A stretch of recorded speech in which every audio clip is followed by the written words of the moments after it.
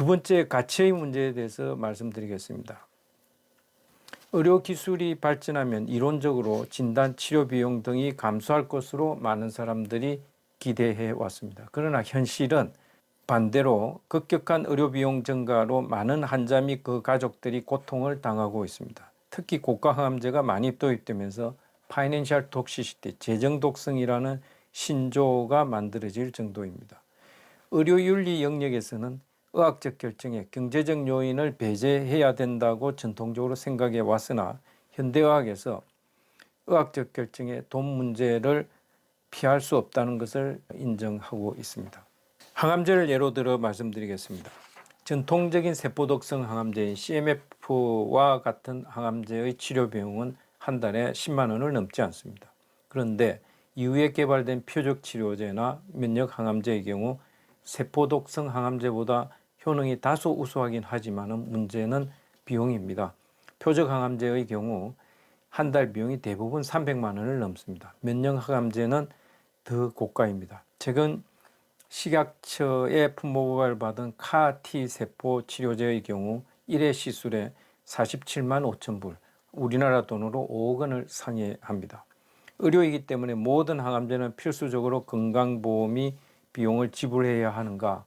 이것은 큰 숙제입니다.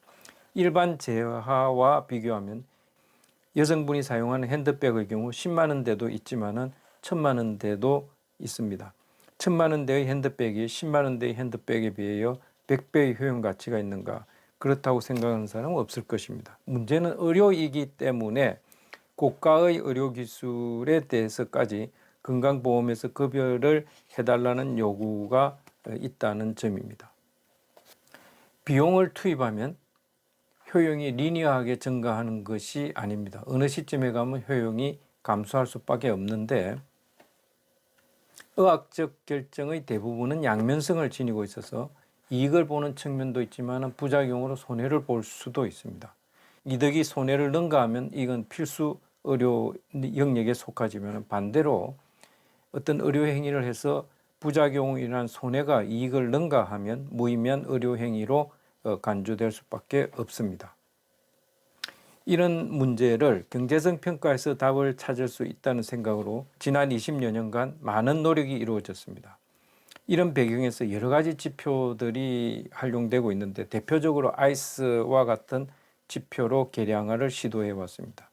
그런데 나라마다 경제 사정이 달라서 WHO에서는 아이스 값의 3배 이상인 경우에는 경제성이 떨어지고 3배 이하인 경우에 비용 효과적이라고 평가하고 있습니다. 경제성 평가 자료를 정책에 이용하는 것도 쉽지는 않습니다. 첫 번째 예시는 국가마다 차이가 있다는 점입니다.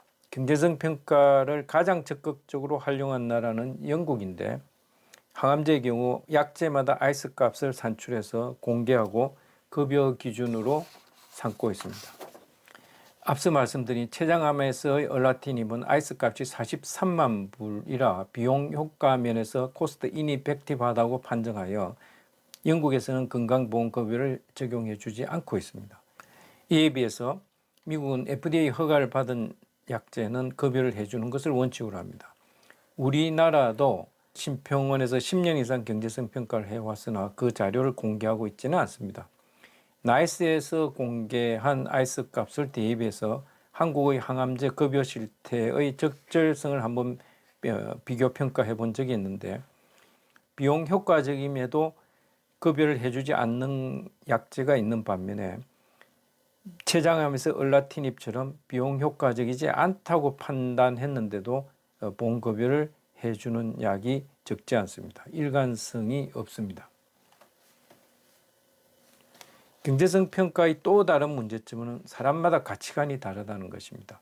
2010년도 내과에서 안중근 박사 팀이 조사한 바에 의하면 1년 연장하는데 어느 정도 비용을 지불할 수 있겠는가, 즉 윌링 투 페이 연구 결과에 의하면 정책 결정자들은 대략 3천만 원 전후가 적절하다고 보고 있었습니다. GDP 대비 한 배 정도입니다.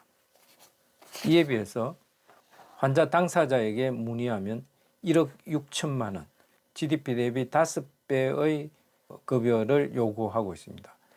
다른 사람을 대상으로 접근할 때 하고 본인이 이해 당사자가 될 때 입장이 많이 다른 겁니다. 어느 쪽 주장이 옳다, 옳지 않다는 것을 이야기하는 것은 아니지만 쉬운 결정은 아닙니다.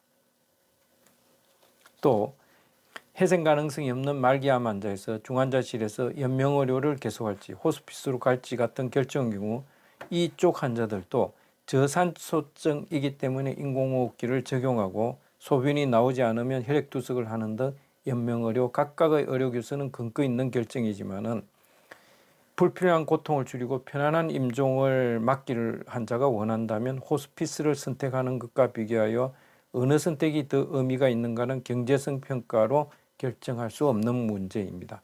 이 문제는 환자의 가치관의 문제이고 그 사회가 가지고 있는 소셜 밸류도 중요하게 영향을 미친다고 생각하기 때문입니다.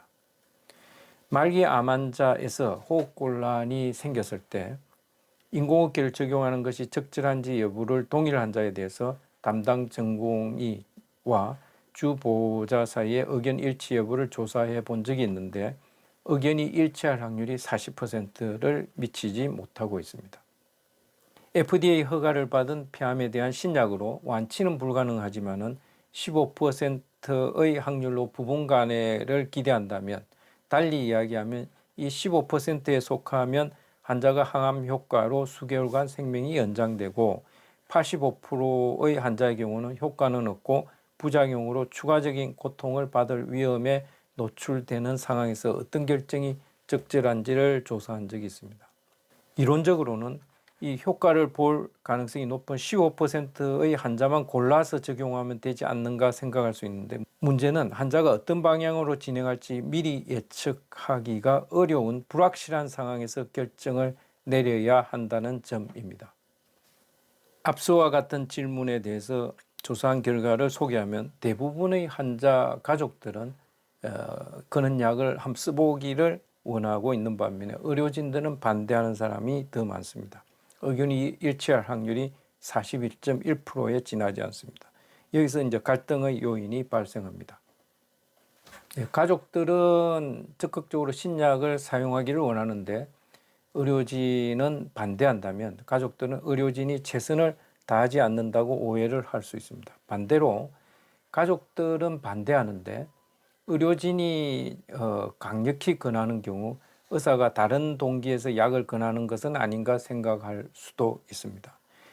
이런 문제들은 사람마다 가치관의 차이가 있기 때문에 나타나는 현상입니다. 내과에서도 2009년도에 무의미한 연명치료 중단에 대한 사회적 합의안을 제시하는 연구를 수행한 적이 있는데 연명의료와 같은 가치의 문제에 대한 합의를 시도하기 위한 것이었습니다. 이 연구는 후에 2016년도에 연명의료 결정법 제정에 큰 기여를 했다고 생각합니다.